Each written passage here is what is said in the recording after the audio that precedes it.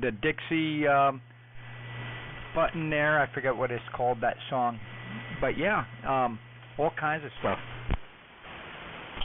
You mean Way Down Dixie? Is that? Yeah, I don't know. That? Yeah, that's it. Button right, there. you go. I forget You what just it's heard called, music that on song. amateur radio. But yeah, by the way, that was all kinds of incidental stuff. music, not official. You mean Way Down Dixie? Is that? Yeah, I don't know. And on top of that, that was relayed from the space station from NASA, so it's all cool. Yeah, now, that's we it. should all get Roger beeps then. Button all right, there. you go. I forget You what just it's heard called, music that on song. amateur radio. But yeah, by the way, that was incidental music, not official. At least he should get Way Down Dixie? Is that? Yeah, I don't know. And on top of that, that was relayed from the space station from NASA, so it's all cool. That's it. Right. That's it. We should all get Roger Button beeps. there. But yeah, by the way, that was incidental music, not official. At least he should get Way Down Dixie. Is that? Yeah, I don't know. And on top of that, that was relayed from the space station. That's it. That's it. We should all get Roger But yeah, by the way, that was incidental. 410, my CD friend.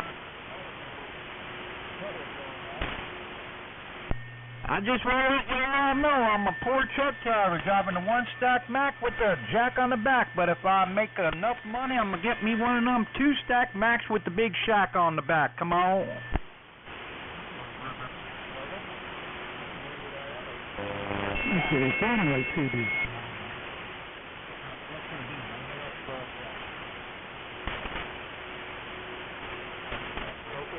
Yeah, it's nice and quiet here tonight, finally. Besides the static crashes, it's quiet locally.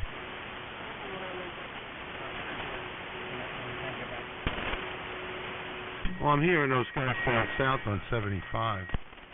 Yeah, where's that Dixie button again? Yeah, I'm not hearing them. I see a carrier there on the pan adapter, but I'm not hearing them at this moment. But I'm also listening on the lower sideband because I have a switching power supply carrier from one of my neighbors. It's on 3874, so I'm just listening below. So that's probably why I'm not hearing them. Don't they have their own frequency on 85? What could have caused them to migrate down here? Oh, wait, let me guess. Hamas radio. Yeah, they're strong enough to give me a little hit for dying. If I was in the house, Kathy would be going nuts.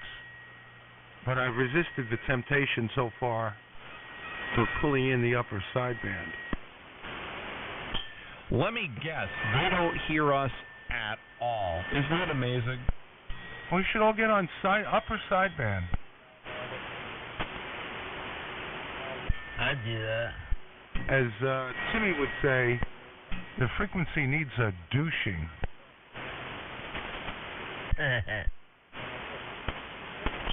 A man with some words, huh? Can't we all just get along? Nah. Just look what's going on in Gaza and the West Bank. That seems like much more excitement.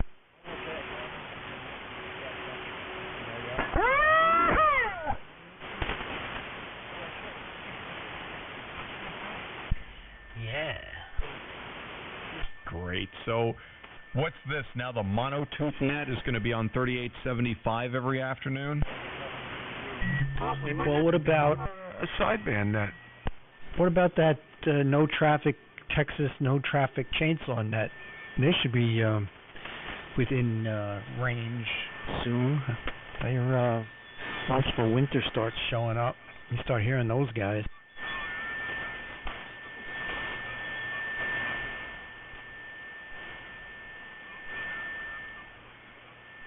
Oh, Mr. Riri. There's got to be an end to the carrier.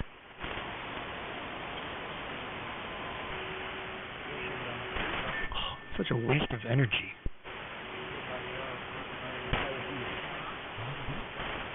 Anyway, I just listened a little bit, skimmed over the re-release of the Beatles' Red 62 '66 remixed album, and I have to say, I like it. What'd you get, vinyl? No, I didn't get vinyl. I got CDs. And I only bought the red one so far. I just wanted to see what it sounded like. I have to check the turntable. I was talking to Bear this morning about the turntable I have. I got to check what cartridge I have because I was playing some of my vinyl down there, and I stopped because it just didn't sound as good as the music coming through the Bluetooth off the computer, you know? Yeah. I know. Vinyl is overrated. It's got so many pitfalls. Is that the one that they released over the summer, like in July? No, it just came out. They released a new song. You know, they're calling it the last Beatles song. It's called Now and Then. It's kind of a crappy song. It's on YouTube. The video is cool because they have, they have the four of them together at different ages and all. They're making it look like they were playing together. So the video's cool. The song is not so great, but George Martin's son, I think his name is Giles, he remixed 38 songs for the Red album, which expands it, I think, by about 9 or 10 songs from what it was originally. And boy, you could really hear the difference. It's, you play most of those songs off the original album, even remastered CDs. It's like all the music is in one channel and the voices are in the other. But that's not the case with this. It just came out this week. There was there was a couple of things in there. I listened to that new song now and then. I don't know if it's because it's on YouTube, but it sounded kind of flat, like no dynamic range. But it was kind of interesting. It's definitely a John song, and I like that they threw in some. You can hear elements from other Beatles songs. The chorus, the harmonies sound just like what's the name of that song?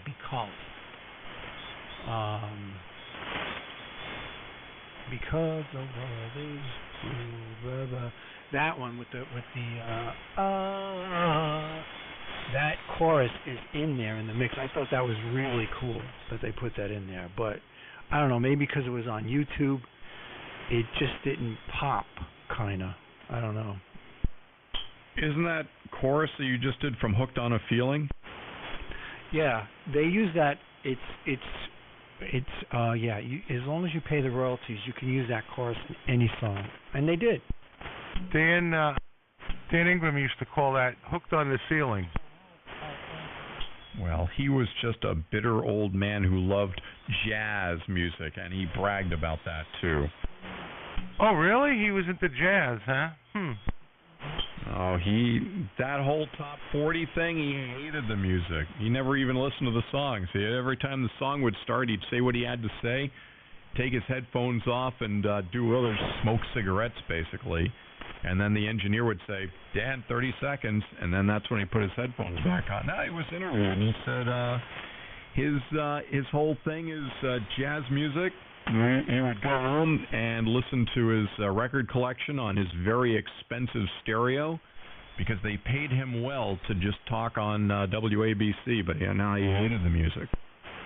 Well, that's interesting and sad at the same time, but okay. I never got jazz. I don't know. Never got it. A lot of it, most of it maybe, is just like a disjointed mess with no pattern, It's like football, it's compared to baseball. Sorry, Clark. Football is a mess. You can have a pile of bodies anywhere on the field. And that's like what jazz is. Whereas baseball, you know where the bases are, you know where the action's going to be, you know what the possibilities are for the plays. It's more organized. And everything that's not jazz seems to be more organized than jazz, in my humble opinion. Well, for what it's worth, jazz is technically considered American music. Well, I believe that, but no appeal at all to me, none. And I listen to country, I listen to classical, I listen to oldies, I listen to new stuff, rock.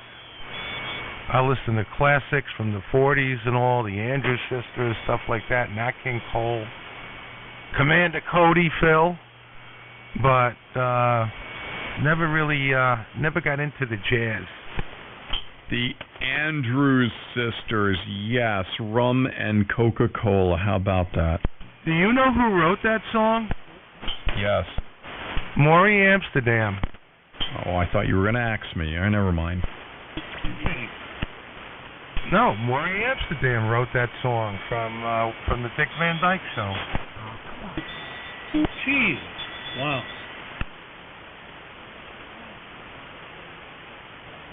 And now you know the rest of the story. Another music trivia point. Joe Pesci put the Four Seasons together. What, in a firing lineup? No, he introduced, I forget his name. We used to have a restaurant here. It was an Italian name ending in an I. He was like the main guy other than Frankie Valli. It'll come to me. Anyway, yeah, there's a story about Joe Pesci. When they had that thing about the Four Seasons, that show on Broadway, they had a character playing Joe Pesci. I saw on Prime they've got Easy Money with him and Dangerfield, but it's on that freebie. I can't handle commercials, but that's a great movie. I can't wait to see that one again. Oh yeah, I watch some things on freebie. I just watched the second season of Bosch Legacy, which is a made-for-Amazon production. After I watched during the summer, I was like binge watching seven seasons. Yeah, it was 7 seasons of Bosch. It was a very good show. I liked it. And then they came out with the sequel on, and I watched it on freebie.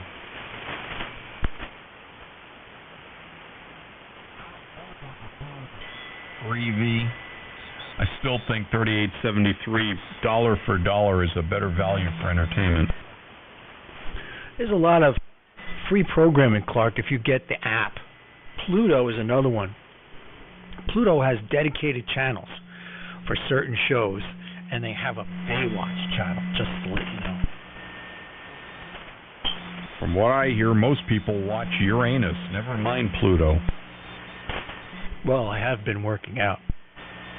Oh, speaking of dogs, did you get that thing I sent you with the dog-friendly restaurants? I probably did. Yeah, it looked like some good places, too. Yeah, but George, I'd like to talk to you off air about that. They're mostly Chinese. What are you doing? Oh? Wow.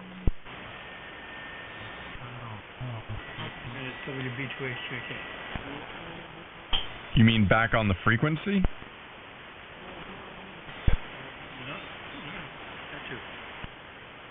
Hey, Clark, WA3DSP. Good afternoon. Yeah, hey, Doug, W3MMR.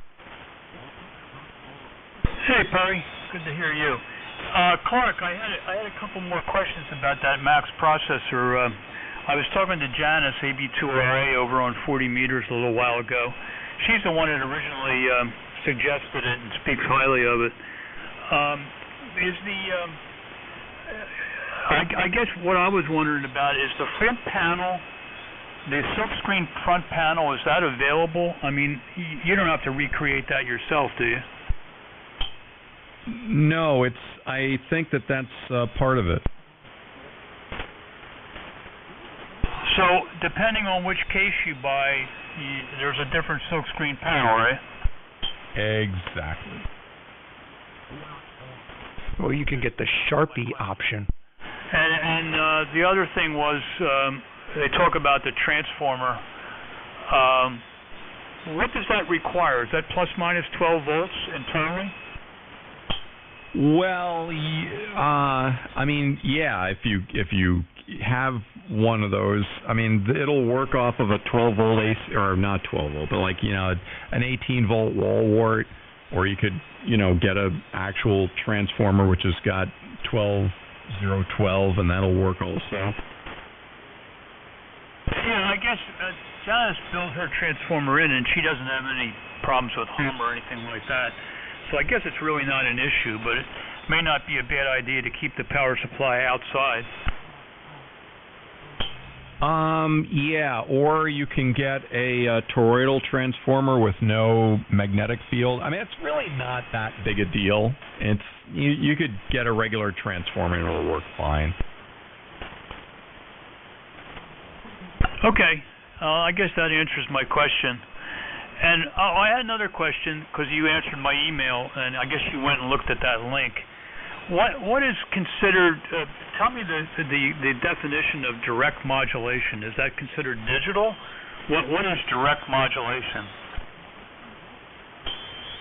It's going to be an interesting question for the whole group here, because I'm not sure what the context is of that direct modulation. How is that used?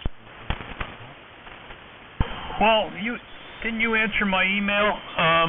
The link that I sent you about that AS3 mod?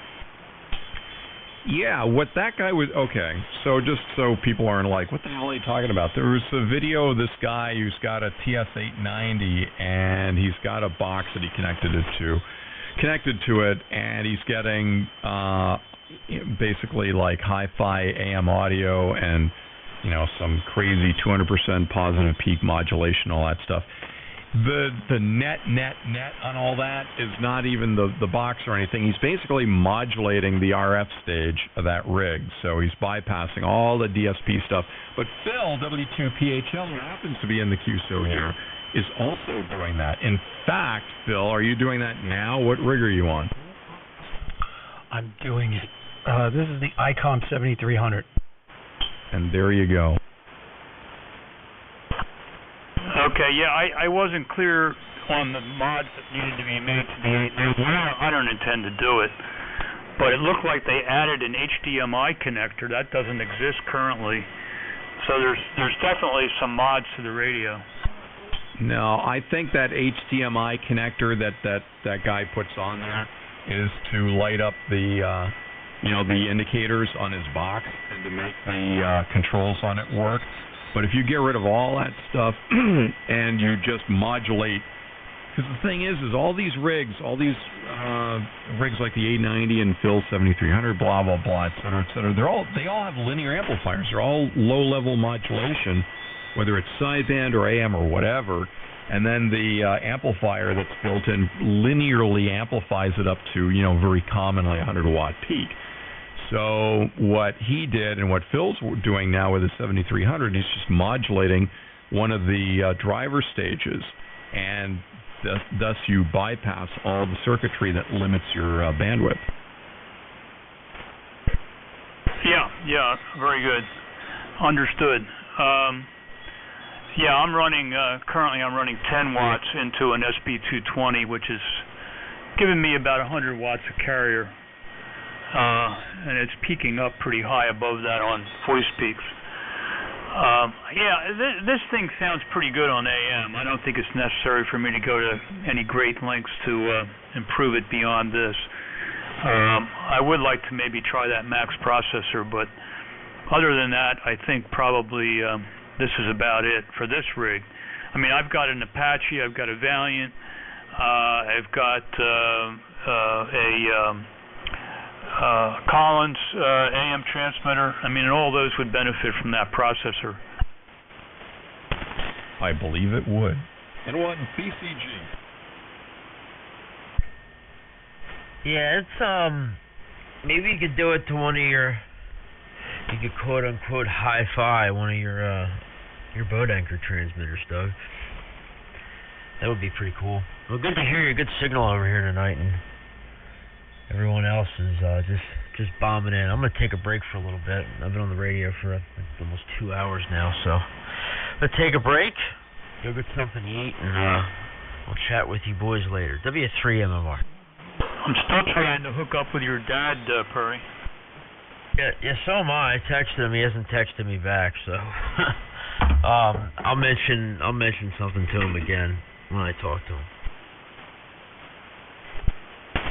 Nice hearing you, Perry, and everyone else. I got to jump out too. I got an early dinner and activities and stuff going on here. So 7-3 W2PHL. Well, Phil, that 7300 you direct modulated with the Max Audio processor sounds killer. Thanks. I discovered something today. Well, actually yesterday, that it's bringing me down. It messes up the CW on the radio.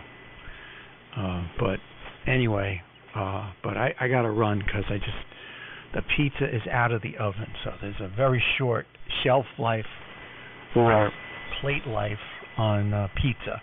So I'll talk to you more about it tomorrow or whatever. I'll be in suspense. All right, have a fine business evening. Take it easy, guys. K2SDP, I'm also out. Have fun. 7-3, Phil. Yep. See you, George. Take care. What power level are you running on that 7300? You running into an amplifier? Me? Went away. But yes, he is running that with an amp. I'm running a 7300 with an amp also. A very popular rig. Wonder how many they've sold. Well, if you look at the statistics of who is participating in the past 4 years of AM rallies, it seems like ICOM should put up one of those McDonald's signs, billions and billions sold. Yeah, it seems that way.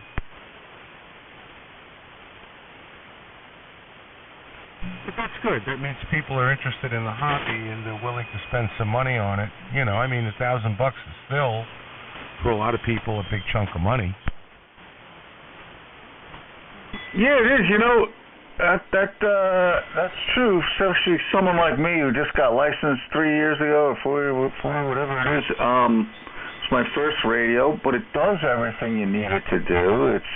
I learn a lot from it. You got the scope, you got all the modes, and what's to beat about it? And then the specs on it are pretty good, so why not? Yeah, and if you consider, you know, the total investment, if you're a new ham to get going with coaxial cable or ladder line, whatever, open wire feeder, whatever, and maybe an antenna tuner, and maybe a linear amplifier, and maybe an HT, and or a dual band mobile radio, or maybe even an HF radio in the car. You know, you could drop minimally $2,500, $3,000 just to get started. Oh, absolutely. I spent a lot more than that. I'm lucky enough to have some extra cash, but yeah, it gets pricey. However, think about if you bought some nonsensical, you know, $250 HF mobile and you stick it in your base, and then you're not happy and it doesn't work and sounds like crap, and you want a scope, and then you got to sell it for a loss, and then you go buy something else, and by the time you get your third radio, which is something with 7500 or a Flex or something, then you spent real money, and your number's a lot higher. Yep. No, I agree with you 100%. But you know, it also befuddles me and also kind of makes me feel kind of sorry for some of these people that they'll buy these 11-meter radios and spend like $700-800. I sold a Sonar FS23 for close to $700 about 2 years ago. And $700, you could get a pretty darn decent HF radio. It's probably already opened up. If it's not, it's probably not hard to do or have done. And even if you never get a hand ticket and you just tune around, even if you just listen to ball games, you have something more than a 40-channel radio for your $700. Oh, yeah, I think about that all the time. People are crazy when you really look at it, but yeah.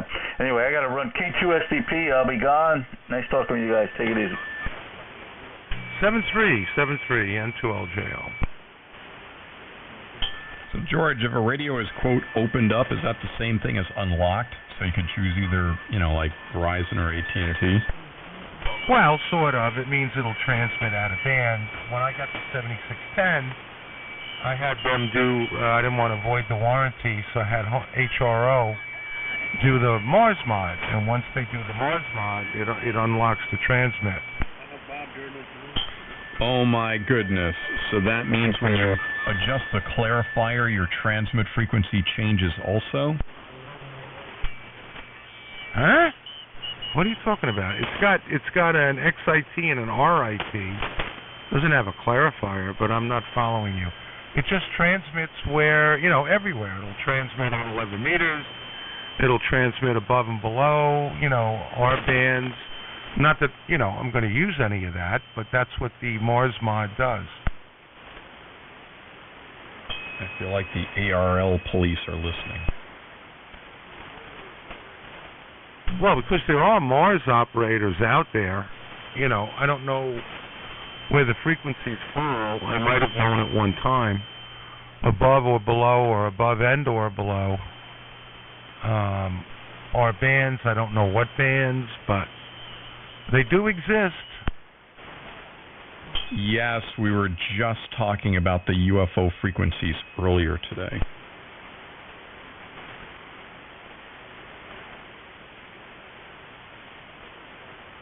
All right, N1BCG, good afternoon, everyone. If in a pinch, they want to be able to use the radio on 11 meters if they have to. Of course, they would turn the power output down to 5 watts, but at least the radio would work. Mm-hmm. I don't know if it's type accepted, though, for 11 meters. It's probably not. I think you just put the finger on the issue.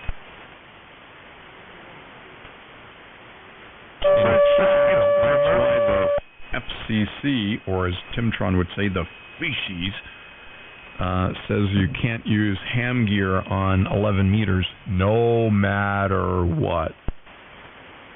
In an emergency, I would use it. Well, interesting you say an emergency, because there's the rule number 1 with the FCC is any radio can be used from any service if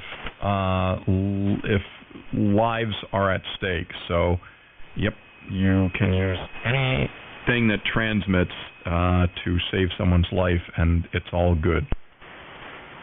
Correct. I am aware of that. In a life or death emergency, you can do whatever you need to do if your radio works there.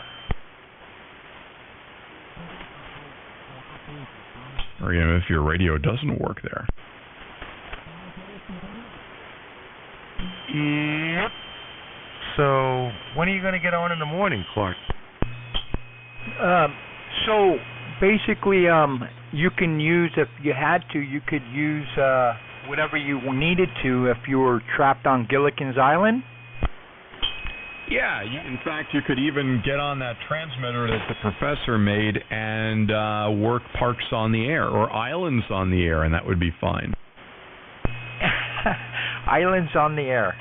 Yeah, I was watching TV Land the other day, and we watched Gilligan's Island, my wife and I, and we're like, wow, it's been a long time since I watched that show. But yeah, I remember that episode with the professor making that one. There's a really funny Gilligan's Island meme, perhaps you guys have seen it, where Gilligan, the professor, and the skipper are there, and they're huddled around this radio, and the skipper's got a microphone in his hand, and he's saying, "You're 5'9", good luck in the contest." And Gilligan goes, "Skipper, shouldn't you be calling for help?" Any station, anywhere. And there was an episode, I think it was the Munsters, and somebody had a ham radio down there. I forget what episode that was and who it was on the, was it Uncle Fester that was chatting on the ham radio? But one of them had a ham radio there. Yeah, the senator from Pennsylvania. Herman Munster. I had his QSL card right here behind me. W6XRL4 was his call sign, and he had something like a metal box with like a big mayonnaise tube. I never saw a tube that looked like that. And he had headphones and a microphone and everything. It was very funny.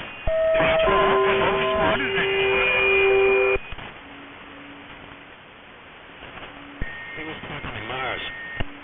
Yeah, I think you're right. I'm sure that clip is on YouTube, Clark.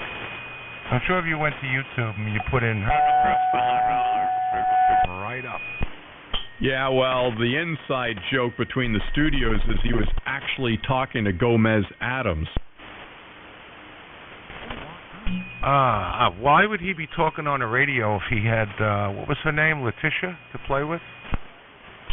Well, because that was like the CBS, NBC thing there, you know, Gomez and Herman Munster were talking on ham radio. Now, that would have been funny. I don't think he ever had a radio, Gomez. He's still alive, John Aston. He's got to be like 97 years old. They had a nice train set, though, if you remember that.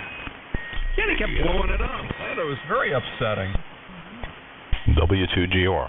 Oh my gosh, a country not heard from. There he goes. What's up there, Gordon? KG2RG. AG2RG, pardon my mellow voice here. This is not a 900 sex call.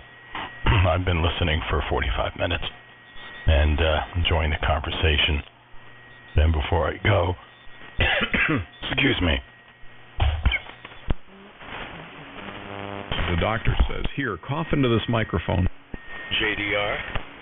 Sorry about that. I have a story for you about out of band that you got to hear. Well, go. There's another station. Oh, that's just JDR. He can wait. Clark and George, thank you for your emails. So, I'm going to be mostly listening here, but it's nice to get on here. It's nice to be here. My God. So, it was 1991-ish or 93. Well, Desert Storm was Desert Shield, and it became Desert Storm. I remember around January 17th. Clark, was that 1991? Yes. Okay. So I had this Japan Radio Corporation transmitter, and I wanted to be able to, in an emergency or whatever else, or go on CB or whatever else. And I was in Manhattan, and I had a Barker Williamson, I think it was called, foldable dipole up on the top of the building. So it wasn't bad. It was 200 feet up there over the East River. It got out okay. And I'm listening on 8991, I think it was, upper sideband. And I'm hearing these planes over Ankara, Turkey, with the NATO assistance against Iraq, and all sorts of problems. And I could tell that there was a big deployment because you could just listen to the frequencies and you would hear like a color like tan 10538 or something like that, and then you'd hear two commercial airlines and then another military, a lot of or C-130s, I think. What are they called? C-30? I can't remember. Anyway, so I'm listening, and there's this young pilot who's freaking out because he can't disengage the fuel line to a jet. And I guess he's the one giving the fuel. I'm hearing this panic. And for some reason, the guy who's trying to walk him through this emergency procedure is on a phone patch through Andrews Air Force Base. Remember, I had a cassette recorder and I pulled it out, probably too late. And he couldn't hear Andrews, but we could hear him. And Andrews was strong. And they had many different antennas, and they were 40 overnight. He couldn't hear, but he could hear me. So I got on there, signed my ham call, and it got quiet. And the guy said, call us right now at whatever, 202, blah, blah, blah, blah, blah. I called him up. He had some computer. He asked me like 20 authentication questions, he referred to them as. He said, you're authenticated, Charlie Tango, whatever. Go back on frequency immediately. We need you. And I'm thinking, how could the U.S. government benefit by me? Anyway, got on there, and he announced all these instructions and altitudes and all sorts of things to me. And I repeated them to the guy, presumably somewhere way out in the Atlantic or Mediterranean. The funny thing is, I wanted to make sure that I was giving the right instructions, so I'd repeat them. And the guy at Andrews said, don't repeat, you heard it right. Just go ahead. And then they called me on the phone and said, we'd like to send you some kind of plaque or something like that. So thought you'd find that interesting. Yeah, very cool. That's actually remarkable. Although I get all the plaque I want from my dentist. I missed your whole transmission. I was stupidly listening on 85. Come again. I'm sorry, Andrews relayed for you. Never mind. Well, 7-3, guys. That's some story. Very cool. Yeah, anyway. Okay, we'll be listening. Good to hear everybody. W2GOR. I'm going to just sit back for a little bit. Good to hear you. W2GOR, turn left heading 215, direct to the Delmar VOR, hold at 11000, contact New York Center on 116.8. Yeah, it all sounds familiar when I used to fly, but I thought it was a good story because it showed that it was a good thing that I had that mod done. I'm sure the guy would have been okay. But I'll never forget what one of the guys told him from Andrews. He said, the first thing is you need to calm down. It is not the end of the world. He was like, yes, sir. See that? And Taylor Swift made a lot of money off that same expression. Very interesting. That was a really cool story, though. Good job, by the way. That's pretty neat that you were able to relay. Kind of strange that they couldn't communicate, but yeah, who would have known? You were there at the right time, at the right moment. Good job. Yeah, well, I know if I didn't have the all-band Barker Williamson antenna, I wouldn't have been able to fire up on 8991. But, yeah. So I was nervous as hell. I mean, you know, transmitting on there, and my wife comes in the middle. I told you the chicken's getting cold. I'm like, get out of here. I'm helping the Air Force. Yeah, I'm trying to save people's lives. The chicken can wait. Is this the Barker and Williamson folded dipole with the resistor in it? I can't remember if it had a resistor, but I think it did. All right, Charlie, XZW, see that? You actually have a life-saving antenna there. Is that the, no, what's the one they call it, the Cobra Ultralight? Is it the same thing as that? I'm not sure. But it was the only thing I could fit on top of the condo without people harassing me about it, so I worked it out with the super to put it up there on a pole, fiberglass pole, 15 feet over the building. You could see it from the Queensboro Bridge, but it worked for a while. It wasn't great. There was a lot of noise from the city, but it worked, and I used to do some CW and so on. Anyway, so I was glad that I unlocked it. And I listened a lot up there after that. I told the guy, you don't have to send me anything. I don't know what he was going to send, but he was really grateful. So I'm sure they've improved things in 30, 40 years, but, you know, it's an interesting thing about some kind of one-way propagation, I guess, could help. But I was asking myself a lot of questions about it, you know, why he would be speaking with somebody in Ankara, at another base, or Riyadh, or on the carrier. But it seemed with a deployment of 400,000 troops and a lot of planes. It just was very hectic. That's a very interesting story.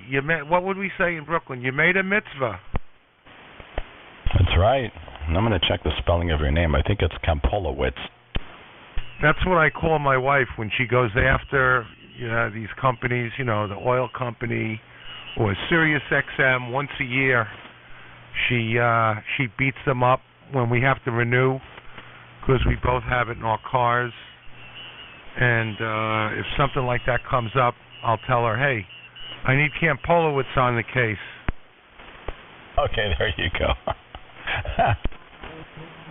Oh, yeah, no, absolutely. All right. See you later, guys. I got to run. Hey, Gordon, you are clear for departure to the north. Climb initial 11,000 and continue contact New York Center. 7-3. Yeah, good hearing you, Justice. Sorry if these coughing fits. My mind is, I can't even remember anybody's call after all this hospital stuff. I'm very fuzzy here. The hell? Okay, Clark. I was flying a 172 up to West Point from, what is it, HFN? What is the White Plains? Anyway. And I went off course a little bit. And Westchester Tower says, Cessna 123, this is Westchester. What is your heading? And I said, 205. She goes, does 205 sound like 210 to you? Do they sound the same? Oh, yeah. That's that New York attitude. Again, the state where the license plate slogan is birthplace of road rage. So what did you expect? Well, those people hated my guts, and they made me feel so uncomfortable I would have a problem with flying. And I think that's stupid. But the instructor used to tell me, no, it's good to be under pressure. But yeah, does 205 sound like 210? And I went, no. Then go 210 and don't let it happen again. Hey, doesn't your Class E have a instrument landing system built into it? Nah, Steve took it out. Only an NDB. Oh, yeah, non-directional beacon. Yeah. An NDB circle to land approach. Yeah. Do they still have NDBs, or were they replaced with VORs? They still have both, although the NDBs are being replaced faster than the VORs, but the VORs are coming out pretty fast also. In fact, there's one just that I used to use a lot to the north of here, and that has had no directional information for about a year and a half now. Yeah, it's amazing, all the electronics in aircrafts and the flight management systems and all that stuff. Pretty cool stuff. Yep. My wife was a flight attendant for a while. She didn't fly. And my grandfather, he worked for Boeing and McDonnell Douglas when he worked for McDonnell Douglas when he came back from World War II.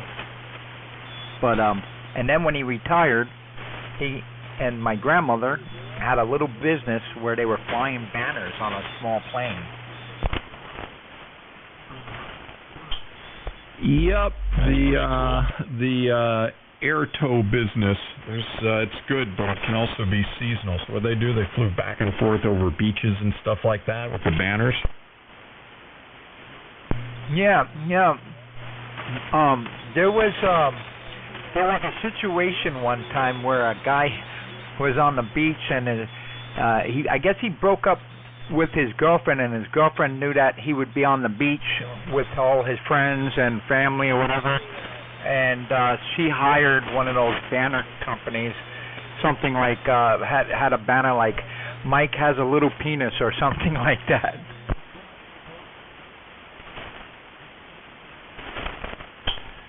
Think of how many guys named Mike had to explain that. I don't remember the name, but I remember seen the picture somewhere. It was in a magazine or something. Yeah, this was a long time ago before any internet stuff.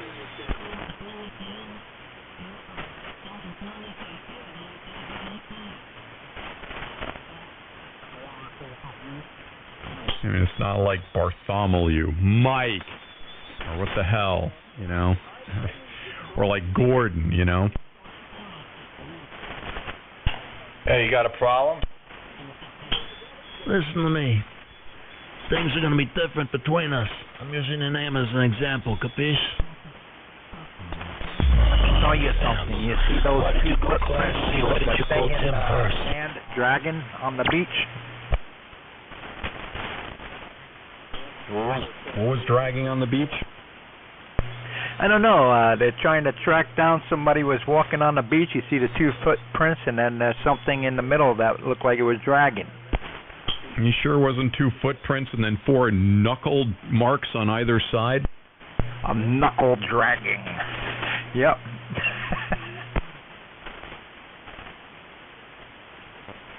Yes, it's the Cro-Magnon knuckle dragging mouth breather.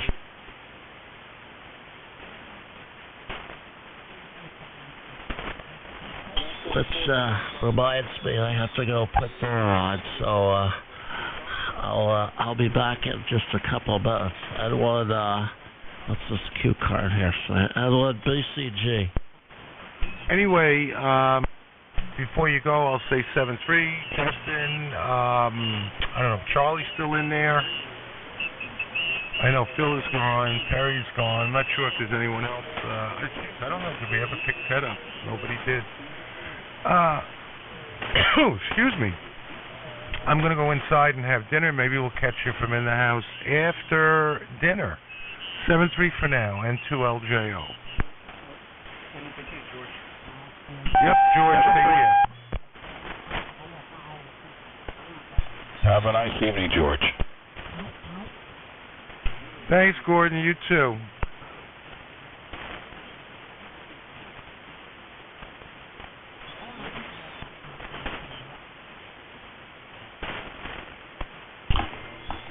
GOR, gotta go into listening mode. Good to hear everybody.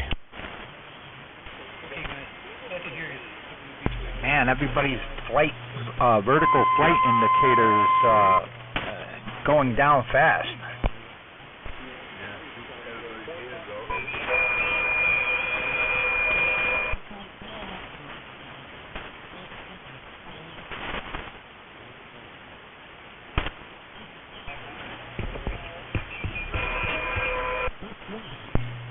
Yeah, you're clear for the visual.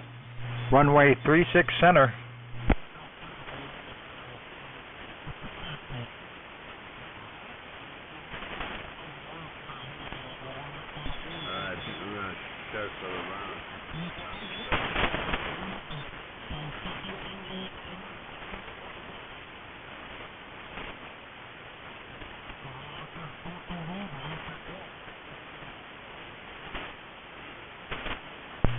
This is Kilo Germany 2, Radio Germany, holding short, runway 3873, taxiway Alpha, Mexico. With the constant use of the word Germany in your phonetics, are you subconsciously hinting to us that you're affiliated with the Axis amateur radio network? Yes.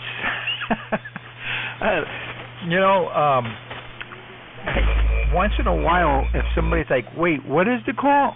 And then I'll switch it. I'll say, Kilo Guatemala 2, Radio Guatemala. Yeah, I used to do the same thing. Whiskey 2, Germany, Ontario, Romeo, and then one guy yelled at me. He goes, we fought Germany in the war. What's this Germany crap? Yeah. Well, I've been told a few times, hey, use proper phonetics. You know what's funny, though, if you ever listen to the cops, they use the craziest phonetics. I know. Rear end, bottom, boob, Bobby. Yeah. Mike Abel Boy, 116. It sounds like 20 IQ points lower than us. Yeah. At least I'm pretty sure we all know the proper phonetics, but we like to switch it up a little bit. Yeah, and I don't mean law enforcement. My daughter's in law. I just mean those. Those were. All right, buddy. My voice is shot. Was in the hospital for a week, so gotta take it easy, buddy. We'll talk. Yeah. I hope you feel better. Get well, and gosh, doggone it, we need you out here. We need you out here, Mr. Rizzuto. The Yankees just won't be the same without you. Okay, sounds good. I'll be here. I'll be listening, so I hope you entertain me. Great to hear you, buddy. Yeah, you too. We're gonna have to reminisce about Posada back in the good old days, when the Yankees were actually winning. Yeah, take care, Gordon. KG2RG. He lived in my kid's building, so he had a kid named Paulina, like my daughter, and they were all friends. He was a great guy. He had the most beautiful wife from Puerto Rico, and I used to go to the gym because I had late hours in the music business. So who was at the gym at 11 a.m.? Me and rich ladies, including her. And boy. Yeah, he's really cool. I used to love watching the Yankees, and he just had something about him and Jeeter. He was really something of a leader of that team. He could have easily have been team captain for sure.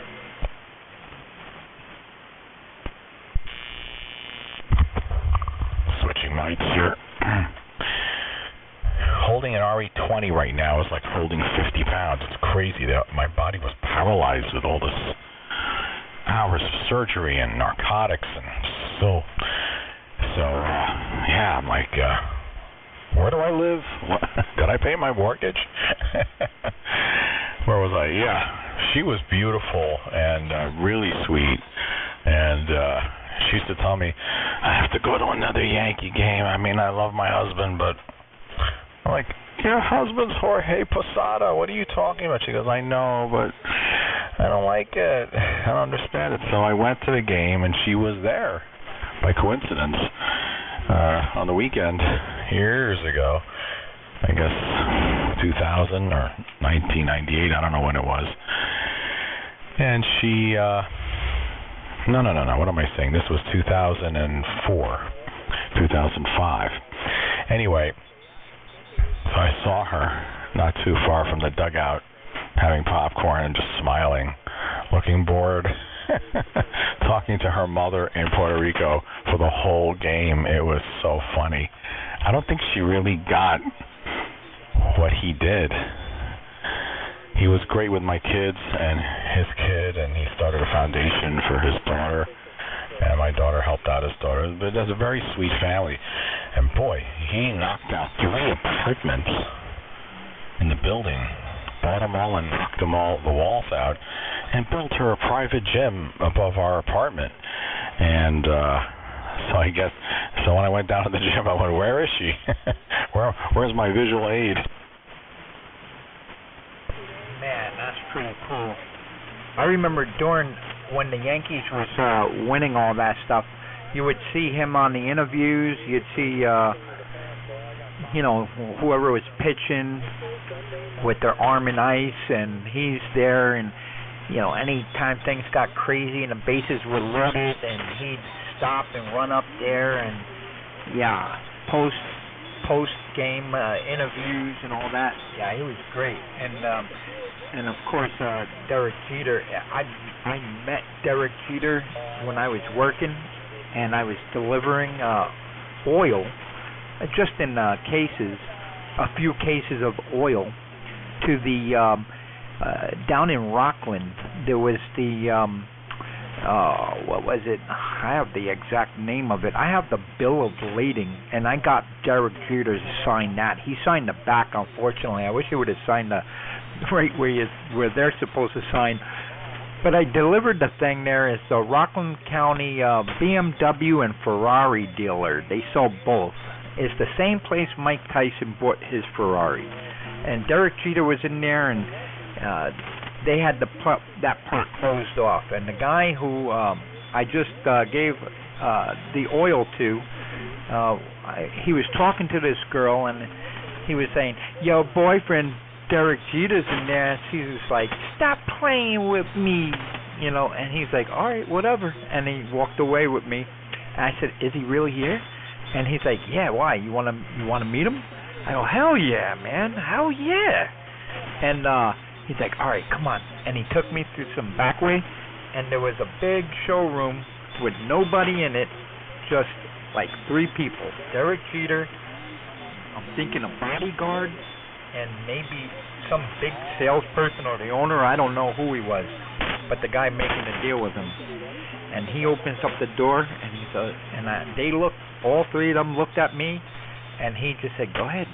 And I just walked over there, and I had the bill of lading in my hand. I'll go up there, and I said, "Excuse me, Mr. Derek Jeeter, I'm a big fan. That's my truck out there, the yellow freight truck." I was like, "Do you think I can hit?" And before I even asked, he's like, "Yeah, come on over." And he takes the paper right on the back of the bill of lading, and I have it with the date, the time, and the location. I never turned it in to the company. They asked for it. I said, "I thought I put it on the counter." But yeah, he signed it. I was working, and I didn't know, this guy looked so clean, and he was dressed up so nice, and I'm like just working. So I didn't bother to, shake his hand. I didn't want to put out my hand and be disrespectful or anything like that. So I wasn't going to shake his hand, but he put his hand out, and I said, my hand might be dirty, Mr. Jeter. I've been working. He's like, "That's okay," and he shook my hand. That was pretty cool. That's very cool. W2GR. That's a cool story. That's a great car too. Wow. Yeah, that was very popular back then. He was a great captain. I mean, I don't know baseball that much, but I enjoyed it. I understood it, and I enjoyed it. And I loved Joe Torre when he was there. And yeah. What did you say before that? Oh, yeah. So, how'd you feel when you walked home with that thing? Did you get on the phone? Oh my gosh! I even told him. I said, you say the stupidest things when you're around, like when you're freaking out, right? I says, everybody at my job loves you. We all love you, Mr. Jeter. Everybody's a fan. I says, and my wife loves you, which was kind of weird. And he just laughed. And then I walked away, and I was like, I held it up, and like I was looking at God. I couldn't help it. I was walking away, and I held it up in my hand like I just won the championship. Yeah, it was crazy. No, he laughed, and from what I hear, he only gives a few autographs a day, so I got lucky. A lot of times he'll cut it off like 2 or something. He doesn't give out too many, or didn't back then, just from what I heard. Anyway, I got in the truck. I didn't have a cell phone, but I got to one of my stops. I was like, "Hey, can I use your phone?" I called my wife, and she was home. I was like, "You're not going to believe it. I got Derek Jeter's autograph. He signed the back of the bill of lading." And I got that bill of lading with his autograph on it. And what's cool about it, the bill of lading has the time that we wrote in when they signed it. It has the signature on the front of whoever signed for the oil, that guy who hooked me up with Jeter, with access to Jeter. It's got on the bill of lading, the origin and the destination. I was at the destination making the delivery, and it has the pro number on it. It has the address, the date, the time, and Derek Jeter's signature right on the back. And I never gave it in. I got back. I had all my bill of ladings, and I put them all on the counter, like I always do, in a paper or whatever. And I put them on the counter, and I walk away the next day. He's like, "Hey, do you have that bill of lading? Can you check to see if you got it? Maybe you dropped it in your truck." I was like, "Nah, it was over here. Maybe it fell behind the counter. Check around the floor." And he's looking, And yeah, I never gave that in. We kept that. That's great. W2GR is my audio. Screwed up on this little cheap mic. Kilo Golf 2, Romeo Golf. No, it sounds great. No problem at all. What are you using? Just a little cheap Sennheiser, little dynamic. Sorry for my straggly voice here. Hang on. Scraggly. You want to hear a funny story about the night I got back home? Oh, yeah. No, it sounds great. No problem at all. Sounds just like you. Natural. Sounds good. Good audio. And if this light right now, you're recovering, I'd stick with it. No problem. Yeah, I tried to drive a car. They told me not to. I'm all stapled up, you know. And man, it was harder to turn the steering wheel than I thought. Because when you're out 4 or 5 hours, deep anesthesia, and then ICU 5 days, 6 days, you know, I couldn't move my toes or my leg. And they said, yeah, your body's got to come back. And so I tried to turn the steering wheel. I was fine, but it was you realize you use your core with almost everything, you know. But I went to the doctor alone. I shouldn't have done it, and I just got back. I was fine. So my kids are like, look, you need a nurse. I'm like, no. They go, look, you're living alone right now. We're paying for it. I'm like, no frickin' way. I'm not doing it. Anyway, they got one. I said, just going to sit here and watch me pick my nose. Sweet lady comes in from Africa, from the country of Ghana. You've heard of Ghana, right? Oh, yeah, definitely. Very nice lady. Her English is pretty good. So she's like, oh my God, look at you. She says, you know, don't. I'm like, no, I like to do everything myself. She's like, no, when you got to go to the bathroom, whatever. So in the middle of the night, I get these. This is the night before last. I get these chills. Justin, I'm talking about. I thought I was ice cold. I thought I was burning up. I got. Some narcotics are wearing off. I'm like, oh, where are you? She says, I told you need somebody here. It's 3:30 in the morning. I said, I was calling you for half an hour. She goes, what do you need? I said, I need to take a leak, but the room's not clear. This is just like 48 hours ago. Anyway, I get back to the bed. I'm fine. And we talk music, and she goes, well, you know, I love Stevie Wonder. He's a hero in my country.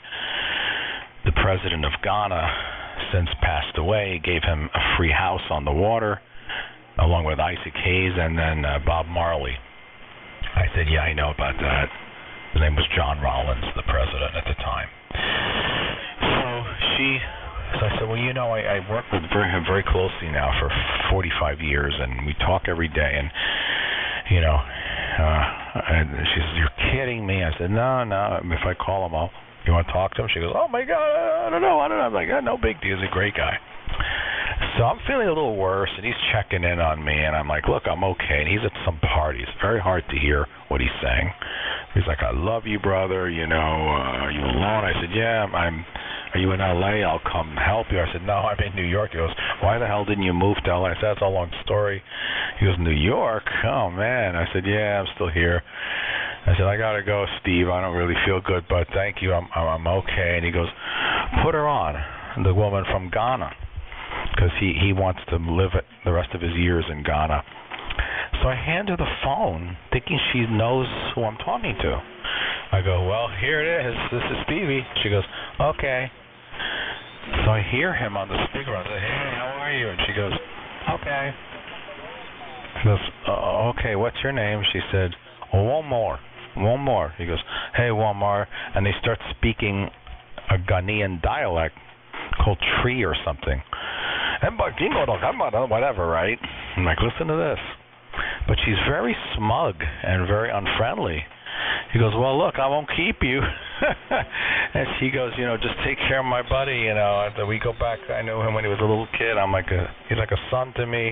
I was very touched. I was feeling kind of, you know, a little lack of strength there, so it's nice to hear that. So he picks up the phone. He says, look, man, you don't get better fast. I'm flying to New York to kick your ass and mess you up. I said, okay. I hang up the phone. I go, well, there you go. She goes, so who was that? I said, that was Stevie. She, like, her mouth dropped open and she started screaming. Oh man. Oh, that's funny. Good thing you told her afterwards. Oh boy, she felt so shitty. She went, no, ah! And she was so demure and quiet, like mumbling voice to herself, like, what did I do to eat? I don't give a shit. I'm a piece of bread. I can't eat anything. Oh, you have to drink. Just very quiet. Now she's screaming. I swear to God, Justin, I put the pillow over my head. I couldn't take the sound. It was so loud. The one time, the one opportunity, and what do? I act like an asshole. Oh man. You know, I like Stevie Wonder. He's an amazing artist, and I really like that one song, Very Superstitious. I love that sound. That's probably my favorite one. Yeah, me too. Pretty much everybody. That sound? Oh yeah. Man, that had such a sound. Like there were certain songs and certain sounds from certain times at certain moments in history of music, and he definitely had something there that was so unique, and his voice and everything, and that sound. I think the Bee Gees too. The Bee Gees were really cool back then.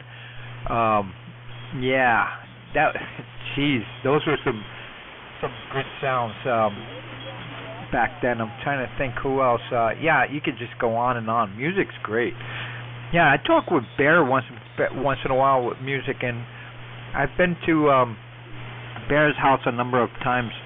Bear has quite a system over there set up, but you got to be sitting exactly where he puts you. He'll say, no, don't sit there, sit here.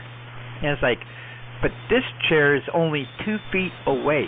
He goes, it doesn't matter. This one here, this chair, this is where you want to be. And he's got that system. I think maybe next time we'll see if he's got any of some of the songs from the Beatles, not the Beatles. Yeah, I think we heard the Beatles there too, but the Bee Gees and who else? You mentioned Bob Marley. Yeah, Bob Marley. Great stuff. Yeah, No Woman, No Cry. Get up, stand for your rights.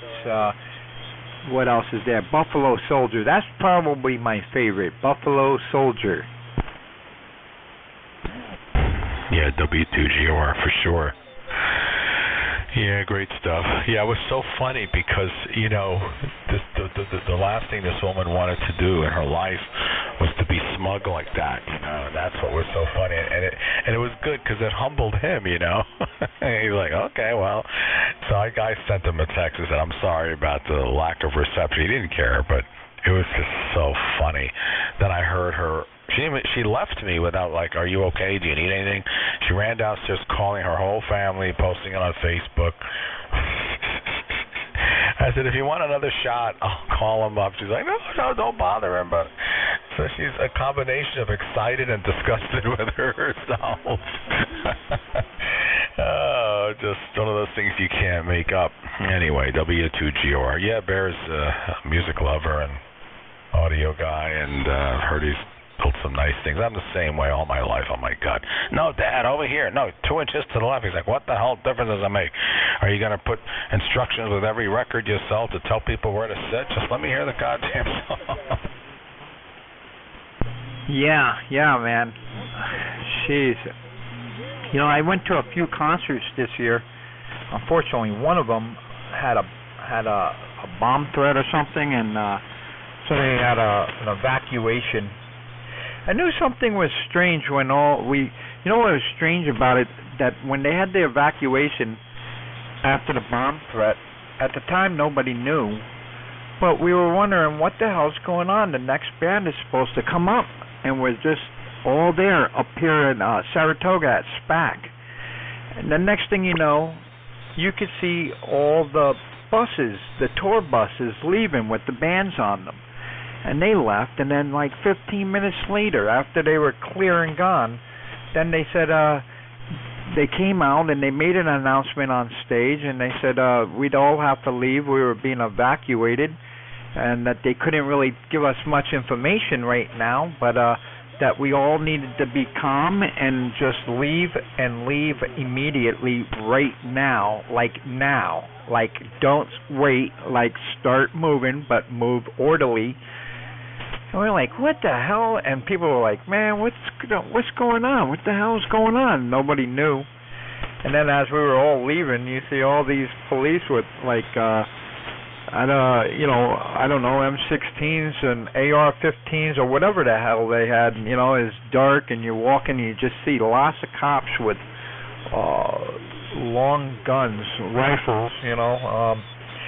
Yeah, and then even later that night, you didn't hear much. You didn't hear anything from the news, and then you could just start to get some information from social media. And it wasn't until the next day that it was announced that there was a bomb threat called in. But I went to a few other concerts, including Madison Square Garden, where I saw earlier this year. I saw The Cure, and the last one recently, just a few weeks ago, was sort of Depeche Mode, and yeah, that was an interesting year. But the one with the bomb threat, I thought was odd that they would get that there would be a bomb threat, and they would keep all the people there, and they would get the bands out first, and they would just keep everyone there trapped. And then tell us to go real fast.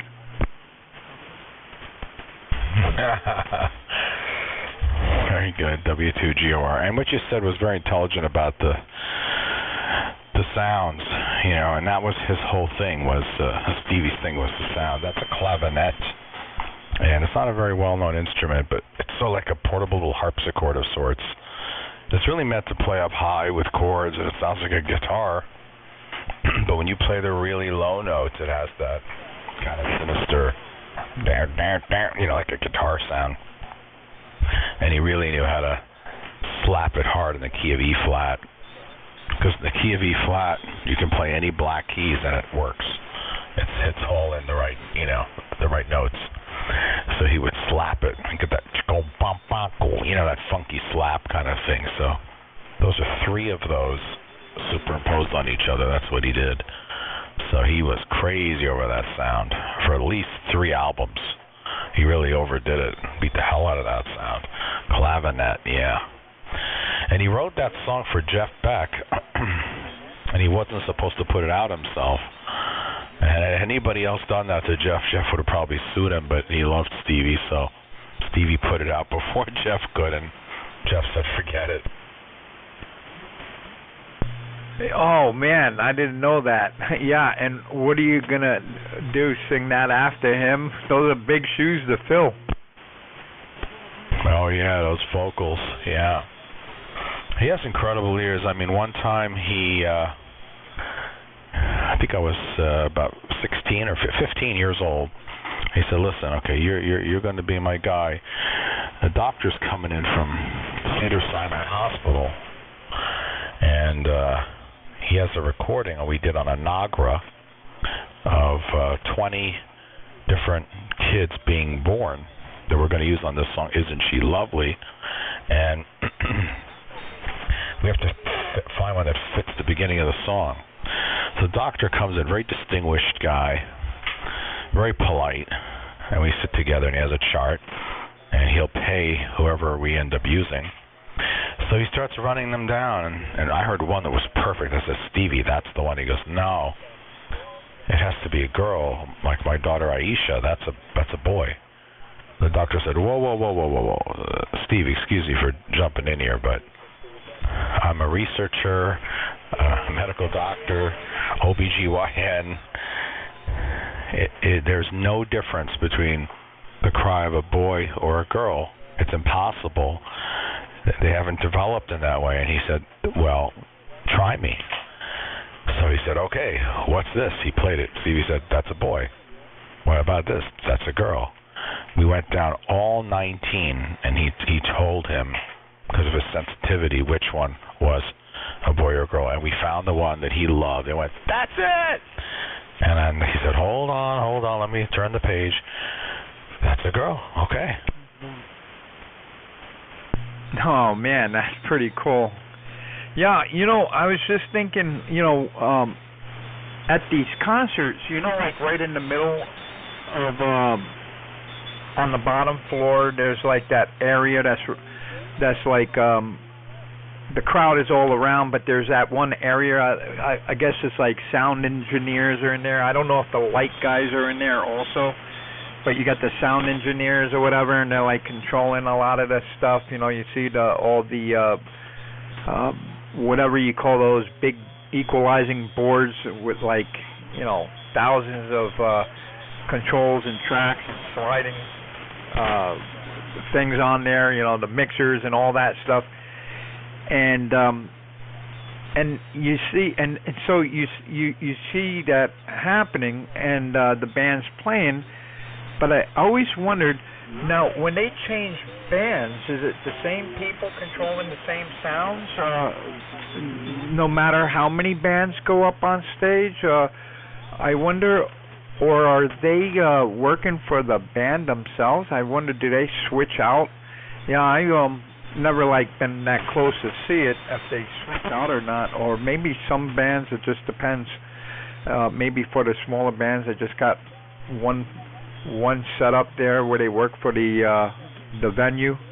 I don't know, but yeah, it was just a question. I actually my wife and I were wondering. I wonder if they're with the band or with the arena.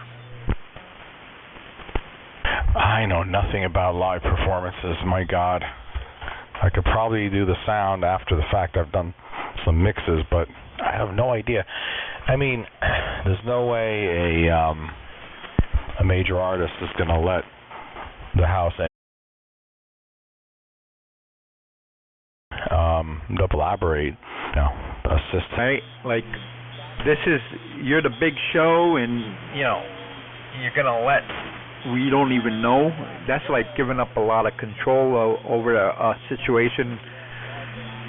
Yeah, you're trying to give a great show, and you don't want to have anybody mess up.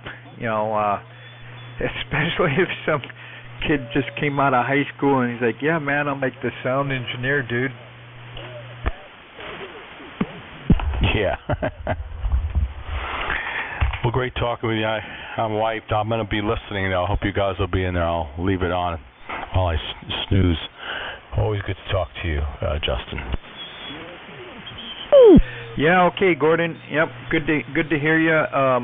Feel better. I'm probably going to take a little break here, and I'll be going to work. And last night was a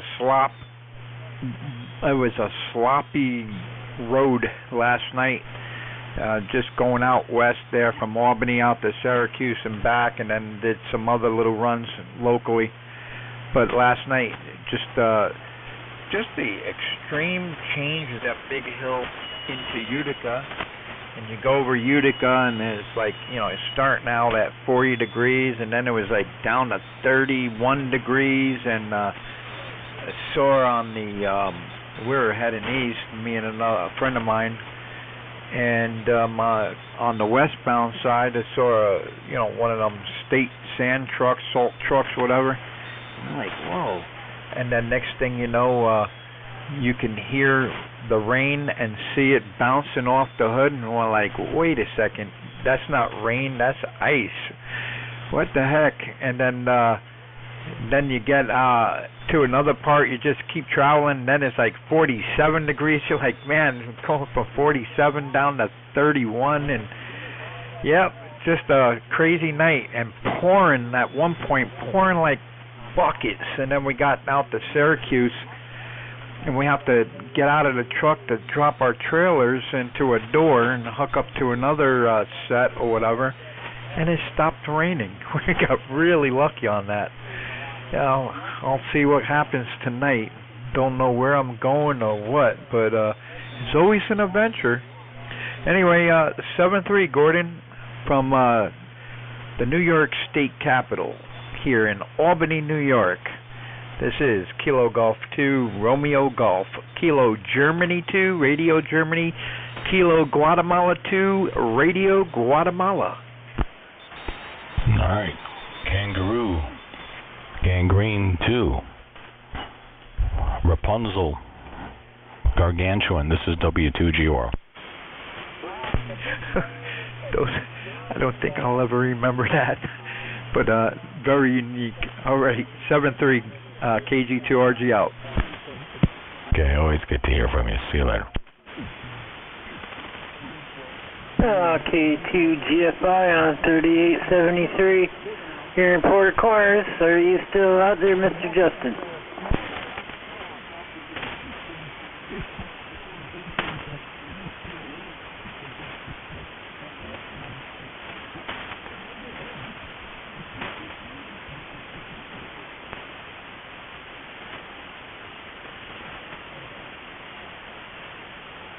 I guess he bailed quickly. Alright, K2GFI, 73 guys. Gordon, have a good night if you happen to hear me. Just stop in and say hello. See the band conditions are. Believe it or not, 10 meters is still open over here. Shockingly enough. Everybody have a good night. I'll be over on 6 meters. 52525. Greg chewing for the next 4 or 5 hours. 7-3 guys. K2GFI, ground fault interrupter Bob. QSY to 52525.